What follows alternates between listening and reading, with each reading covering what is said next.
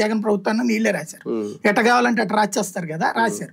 Scene cut చేస్తే వెంటనే ఏం చేశాడు జగన్, ఇచ్చేయమన్నాడు 10% అడ్మిషన్స్ ఇచ్చేయమన్నాడు. అప్పుడు ఎవరు వెళ్ళారు మళ్ళీ కోర్టుకి? కార్పొరేట్ విద్యా సంస్థలు వెళ్ళి అట్టగా మేము రూపాయి కష్టపడి పెట్టుకున్నాం పెట్టుబడి, వాళ్ళకి ఫ్రీగా ఇవ్వాలంటే మాకు సాధ్యం కాదన్న. దాని మీద కోర్టు కూడా లేదు మీరు ఇవ్వాల్సిందే అని.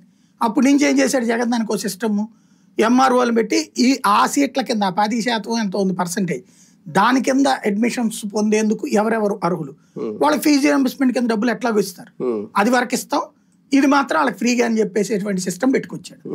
దాంతో గిలగిల్లాడారు. తర్వాత మళ్ళీ డివిజన్ బెంచ్ దగ్గరికి వెళ్ళి స్టే తెచ్చుకున్నారు.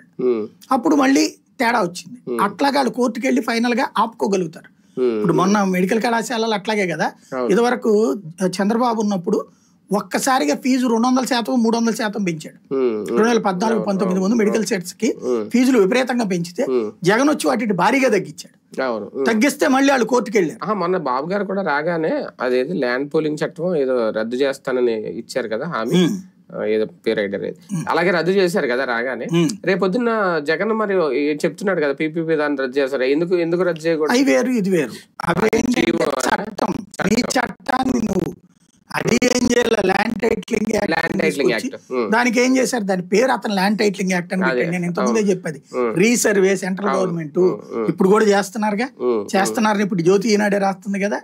మరి ఆ రోజున ఏంటి దాన్ని ఏదో జగన్ బి ఆస్తులు లాక్కుంటున్నాడని ఒక అంటే తప్పుడు ప్రచారం ద్వారా